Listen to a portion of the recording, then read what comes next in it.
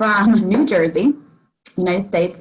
I teach a little bit, a couple different places. I'm a group fitness instructor and personal trainer, so I have a couple different gyms that I bounce around with. One is a Robert Wood Johnson Fitness and Wellness Center, and then one is a Jewish Community Center. And then I have a couple different clients that I do on the side as well. I've been doing this for maybe over 10 years now, so it's been a little while. Definitely different since the pandemic hit, but that I feel like that's normal for everybody. I do a little bit of everything. I mean, I love like a high intensity, like a HIIT workout, but then I also love working with clients that just like they're so scared to like get even into the gym or like set foot into the gym. And then those are the ones that I love to work with the most as well, just to like set them on like such a pleasant experience, because I know that the first time walking in can be so intimidating. So just setting the ground for those sorts of clients is definitely one of my favorites as well.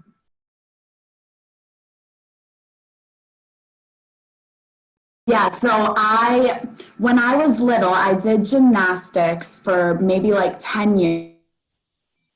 I just did private lessons. So that was kind of like my start with anything sort of physical. And then as time went on, my dad was a runner, so I used to run with him when I was little. So that's how I think I got into just like a sport in general. And then I started taking some classes at YMCA that was in my town. And I remember Les Mills classes was the main thing that got me into fitness in the first place. So they offered Les Mills classes. So I remember the first two that I would generally take was Body Pump, which was mostly just like a high rep, like endurance-based strength training. And then another one was called Body Combat, which was like mixed martial arts, like kickboxing, essentially. And those were the only two that I would go to. But then there was this other one called Body Attack, which was like more of a sports-inspired, like sort of workout. And I remember I was so intimidated to go into that class. I used to run on the treadmill, and there was a window into the group fitness studio that I could like look into on the treadmill that I was at. And I would just watch, but I would never go in. And then I don't know what made me finally work up the confidence to go in one day, but I did. And I like fell completely in love with it. And then the instructor that was teaching was also the group fitness manager. So I just remember her talking to me before class one day and was just like, "Do you have a minute after class? I want to talk to you about something." And I was like, "Ooh, okay." So after class got done, she pulled me aside and she was like, "Have you ever thought about becoming a group fitness instructor?" And I like, it never crossed my mind. And I was like, "Ooh, she like might see something. That's amazing." So she helped me to sign up for my first training, and it was kind of like just a snowball effect from there. And I just started getting all of these different certifications. So my first program was the Body Attack, which was the one that I was most intimidated to go into. And then I think after that I went for Body Combat, then Body Pump, and then one called CX Works, which is more of like a functional core training class, and then Body Step, which is like step aerobics, but like a little step higher than that in intensity. And then there's one called Grit, which is like your small group training, which is like your HIIT workouts. And if we got to 7, I think that's it. So that's where I was for a good majority of my time. And then I started to branch out into other things that weren't necessarily Les Mills.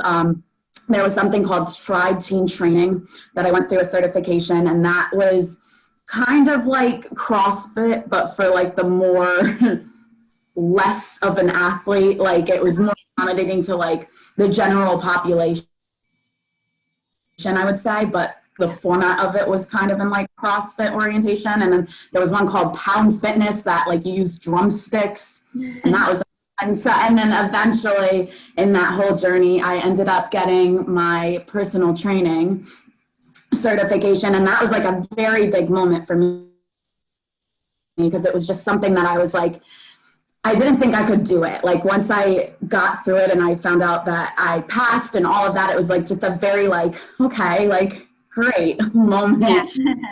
and that kind of brings us to where we are now. So I still do a mix of all of that, and it's wonderful.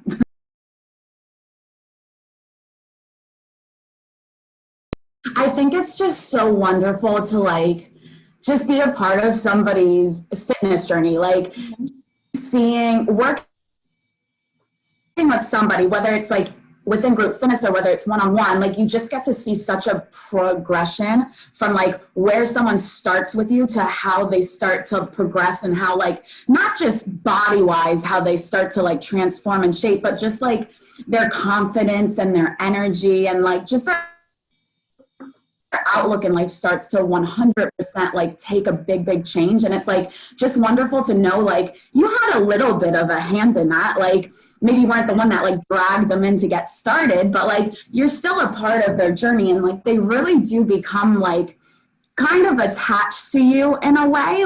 Yeah. Like, and it's a big responsibility, but like it's a beautiful thing when like you see them still keep coming back and progressing, and it's really wonderful to see, and just to help people become healthier and like just change certain habits that are holding them back, and just get this new thing in their life that like brings them, at least like whether it's a de-stressor or whether it's like completely medical, and like this is like a life-saving sort of opportunity, but it's like from all different perspectives. Like it's nice to be a part of that.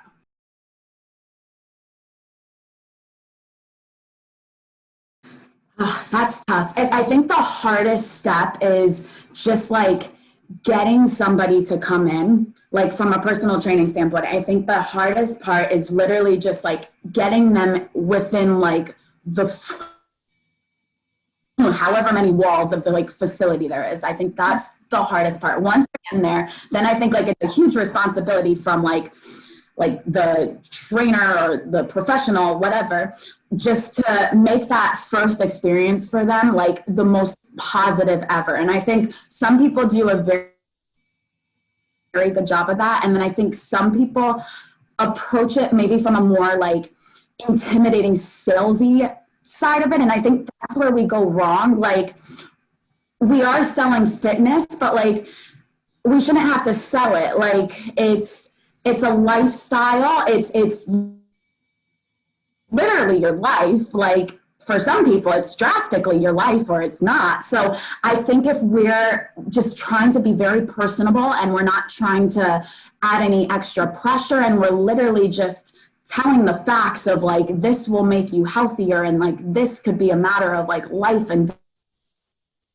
death for you. Like there shouldn't be anything to sell. So I think if a lot of people and a lot of companies just kind of like shifted their perspective and the way that they do things. Like obviously at the end of the day, it's a business. Like I understand that, like we are trying to make a living and sell things, but I think we approached it from that more personable side and like that more human side. I think we could be a lot more successful, and especially in the long term, be a lot more successful with getting a lot more people on this boat of like healthier living.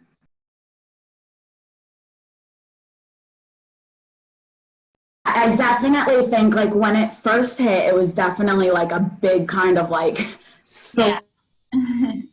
of like, because I think in like this world, we're just so used to working face to face with somebody, like, and it's very hands-on. So I think it kind of just like threw the fitness industry kind of like upside down. And I think a lot of other things kind of were able to like prosper as far as like certain things. Like I know something called the mirror, like it's literally a mirror, but it's kind of like a virtual aspect of it, has like your own like one-on-one trainer. Like I think certain things like that like got a great opportunity to kind of skyrocket, because that's the direction everything's kind of taken. But I think for most of us, it was really hard to kind of make that shift. And it was kind of like an unknown for such a long period of time of where we could take this. So obviously virtual was the first place that it kind of went to. And I will say, I still do some virtuals right now, but it definitely loses a little bit of that like connection factor that you would normally get. I mean, it's better than nothing for sure, but it definitely loses like not only the connection and just like the personable, like sort of would normally get, but like I also feel like it's just so hard to like just make sure everybody's safe. Like you can only watch everybody to a certain extent. So I think that kind of, there's a little struggle there as well. So you have to definitely like limit, or everybody should be limiting the people that come to like a certain virtual class, because you can only watch so many people at a time, especially through a computer screen. So that's for one, so that's a pro and a con, I feel like, because now you have to limit how many people come to your class, but at least you're still kind of getting this more personalized feeling. So, right. So that's your plus. So that's one. Two, I feel like now that things are starting to kind of get back to a certain normalcy, that I guess we'll call it, still feel like it's very hard still to kind of like reform this connection that we like used to have. One, because now we're wearing masks, like it's very hard to tell like facial expressions of what's going on. So I feel like that's a very hard thing to figure out. Absolutely. Two, I think it's very hard now too with training. Like again, it used to be hands-on, so like correcting somebody's form, obviously with their permission, but like moving somebody's body into the correct form. Now that's kind of not okay either. So I feel like that kind of makes it even more of a struggle too, with just, again, making sure everybody's safe and moving in the correct ways. So that's struggle number two. And then just, I mean, it's wonderful to get back to it. Like I'm teaching in-person classes now, but then another thing is now we have to face away from the participants, whereas before we were facing each other, which again, that's much more of a connection. And now not only are we wearing masks, I'm facing away, I'm just looking at everybody through a mirror, which isn't very helpful for seeing the entire class. So it's definitely presented its struggles, but I think the most important thing is that like, okay, we're all able to come together again. Like you still are doing like your certain things of asking how everybody is. You're still able to like be one-on-one with like participants, whether it's before class, after class, just making yourself available to them for any questions that they might have or whatever. I think just making sure that aspect of it is still there is 100% the most important thing, especially because this time is very tough. Mm-hmm. Yeah. Like mental health is like at an all-time high. Like I think people just want to be with people like to whatever extent is allowed. So I think we just work within those boundaries and just remember like everybody's going through the same thing. Like let's just be kind, let's just be nice, let's do things we all used to love and enjoy to do, and now we're getting to do them, yes, with restrictions, but just be thankful that like we can still move our bodies in certain ways and all of that. So it's definitely a journey. It's definitely something we have to like just adjust to, like whatever current comes. And I do think like this has changed and will change the fitness industry going forward. Like I don't see it going back to completely normal. So I think like we do kind of have to like get on board with this to a certain extent. But yeah, I think as long as we still maintain like this connection between us and participants and members, and we hold that at the highest priority, I think we're all going to be okay. Yeah. At least we're doing something. Exactly. Something's always better than nothing.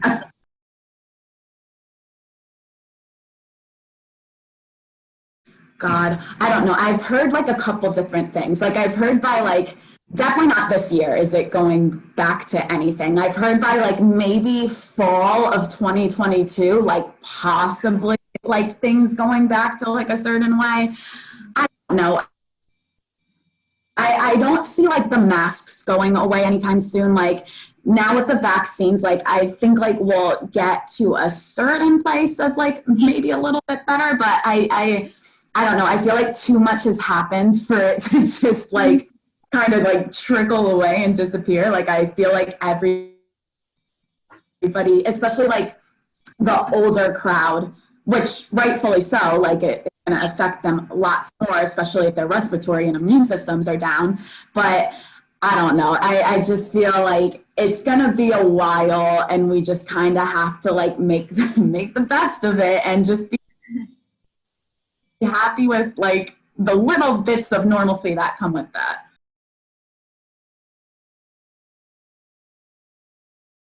So over here, I feel like high intensity interval training, like the hits, like the quick hard workouts, I feel like that's a very big thing here.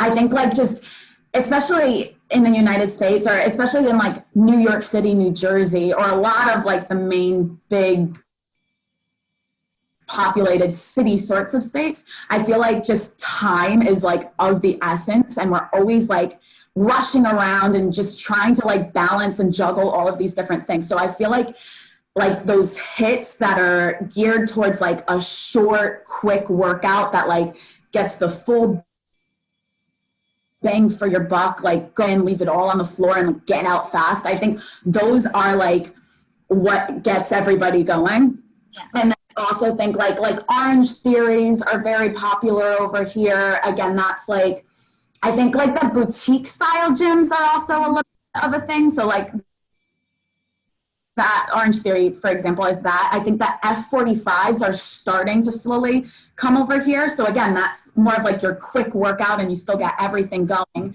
I know the CrossFits were very big for a while. I don't know if that's like fading out. I don't hear as much about it. I think with now like the F45s and the more boutique sorts of things coming out, but definitely like I think hard, quick workouts, that seems to be everybody's thing, which I love those too, but I also feel like at least people that surround me, I feel like I'm constantly having to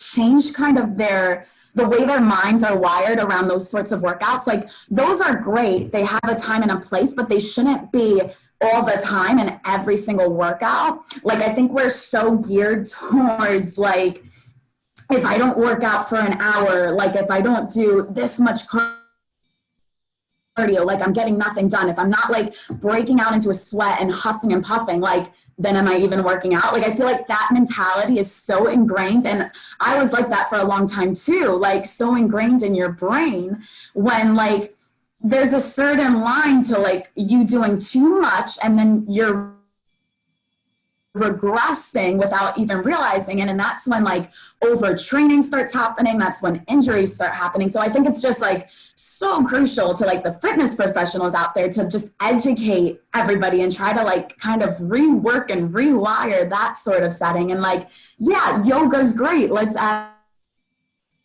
more of that. And stretching is so important. Let's keep doing that. Like foam rolling. Let's do more of that. Like, I think we kind of have to like keep figuring out how to get people less on the like go sort of mentality and like more so on this like lifestyle. Let's live long. Let's keep the body strong and healthy and all of that sort of stuff. So yeah, definitely the direction is in that high intensity stuff, but I think we need to figure out a better way to reel that back and make like the slower, more like physical therapy side of things become the trend even. Mm-hmm. Right. Yeah.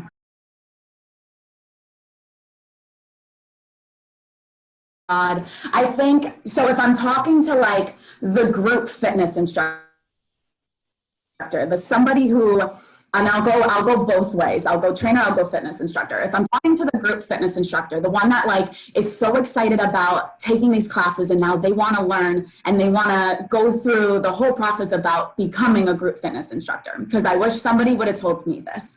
I think making sure you don't take on too much too soon is so important. And I think making sure, like, yes, you're choosing this as a job, and yes, the more classes you take on, the more you're going to get paid and reciprocated, but your body is your profession. Your body is your tool. And if your body gets hurt, you're out of work. So I think we have to learn to slow down, don't take off more than you can chew, and really, really embrace those rest days and really listen to your body. When you start to do too much, it's going to tell you warning signs, but you have to listen to them and not get blindsided by the fact that this is your job and you're trying to make a living. I think that is the hardest part about everything, because you get so wrapped up into that. And so from my personal experience, I took this on. I got so wrapped up in it. It just, not only because of the money side of things, but I loved it. It gave me, every time I taught, I felt like a high from it. I felt like I was doing so good. I was helping so many people, and it's time. But eventually I ended up with a stress fracture in my ankle, and I didn't listen. And this was my one bit of currency. And if I wasn't teaching, I wasn't getting paid. And that sent me into a spiral. So I kept teaching even though I was hurt. And it kind of just takes the small effect into the worst way. So I think slow down, take it day by day, take it class by class, and make sure you're giving yourself rest breaks and listening to the cues that your body sends out. So that's what I would say to the group fitness instructor. The trainer, I would kind of say a little bit of the same. Like, still you're going to need rest, but kind of in a different way too. Like, not only physically, but I think mentally you need to give yourself those breaks, because it's a lot. I mean, you're taking on like multiple people's problems. Most people, not only is it fitness, but people kind of like open up to you too, the more comfortable they get with you, and then they're kind of sharing personal things about themselves with you. So that's a lot to take in. And then you're trying to balance all of that on top of your own happenings, workouts, emotions, lifestyle, that sort of thing. So I think really figuring out and balancing your schedule becomes very, very important. And then I would also say, just going into it, like, know that it's going to be a grind. Like, it's not just going to take off. It's very difficult to find your own clients. And that's a process that you kind of have to just stick to, and just like have a little confidence in yourself and the time that it takes to build that. So I think going into that, just having that kind of mindset that it's going to be a long bit of a process to get yourself rolling, but it is 100% worth it in the end when you do. And then I think also just being comfortable with like putting yourself out there. I think that's a big part of it too, especially now with COVID. If we're going to rewind back to this, now you have to be comfortable with doing things more virtual, more social media heavy. So I think just having that kind of in the back of your mind before jumping right into it, just knowing those sorts of hurdles that are going to come along with it. I think get comfortable with like being a lot more heavy on social media nowadays. I think is the best thing I could say, which I wish I was more savvy with. I don't love it, but I'll do little things here and there. But that's kind of the direction that everything's taking now. And I think it's just going to become bigger as time goes on. So I would definitely say, like, advertisement-wise, marketing-wise, like, social media is going to be your best friend.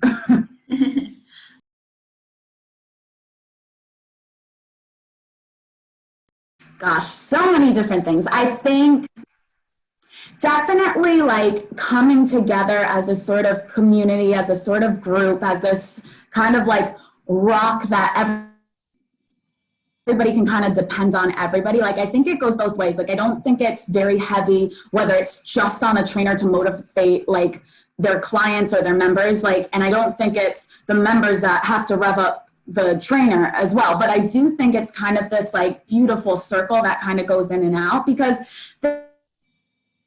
there's definitely days like I know one of the biggest things that we learned at all of our different trainings was like, the second you enter that room, or the second that you enter like wherever you're teaching or training, like whatever's happening in your own life, you kind of have to leave it at the door and shut it off. Like everybody that's coming in to work with you, like they didn't sign up for your problems. Like they came for you. They came for you to motivate them. They came for you both to have like a good experience and a good time. So I think that's the biggest rule of them all, but it goes vice versa, like same with the members. So I think there's been multiple times where like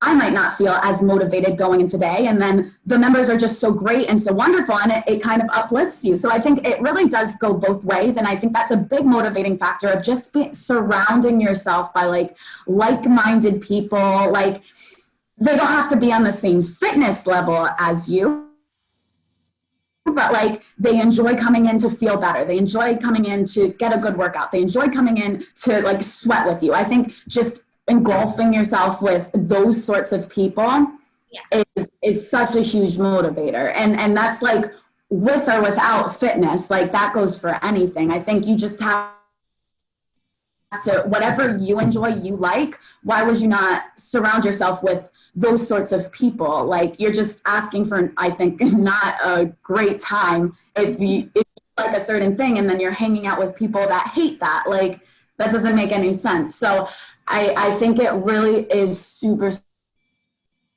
super important finding a crowd, finding a support group, finding a community that has the same like-minded, this is my dog, same like-minded people as you share. So yeah, that's important. Later. Absolutely, yeah.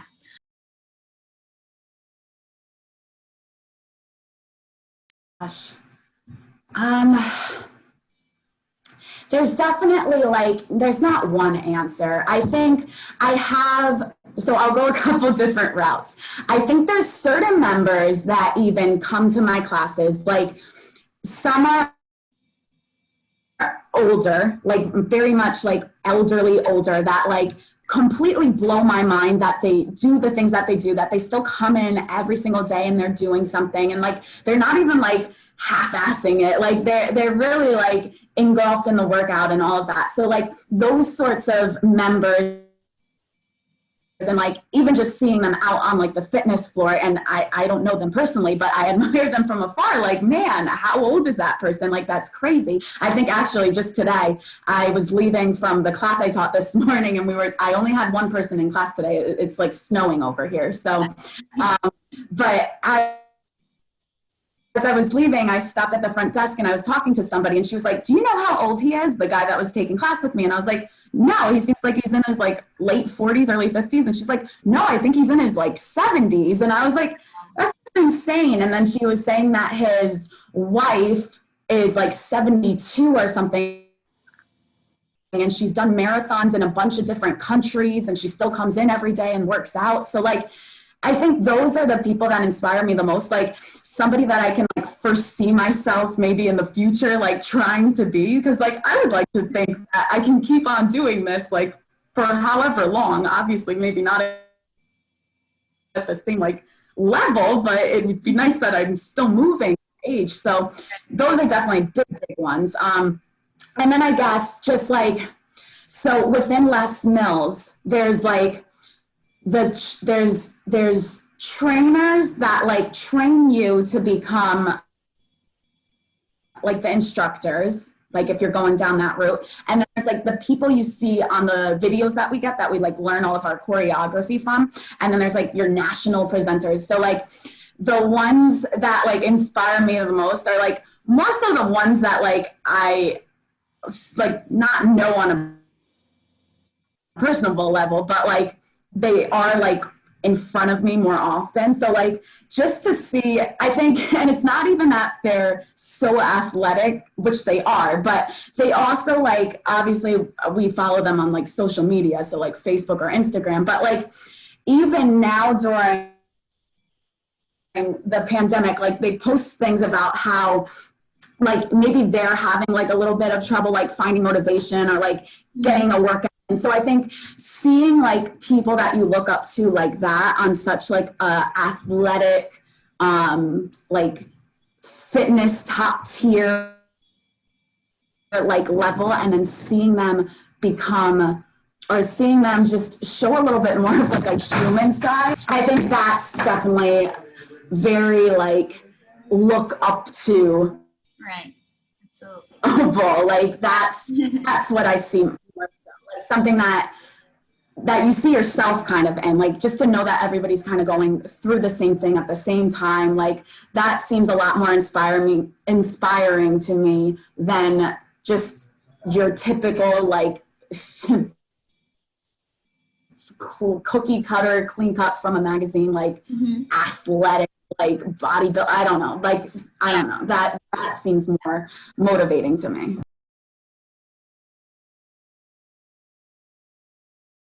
My motto is movement is medicine. I think as long as we're moving in whatever capacity, in whatever little bit, lot of bit that is, I think that's the number one thing. And I think this is going off of kind of what I said before, like it doesn't have to be super hard. It doesn't have to break you into heavy breathing or like a crazy sweat. As long as you're moving in whatever level that is, I think you're doing a great job. And that might be even like the first little step that takes you in the right direction, but at least you're doing it no matter what pace you're going. So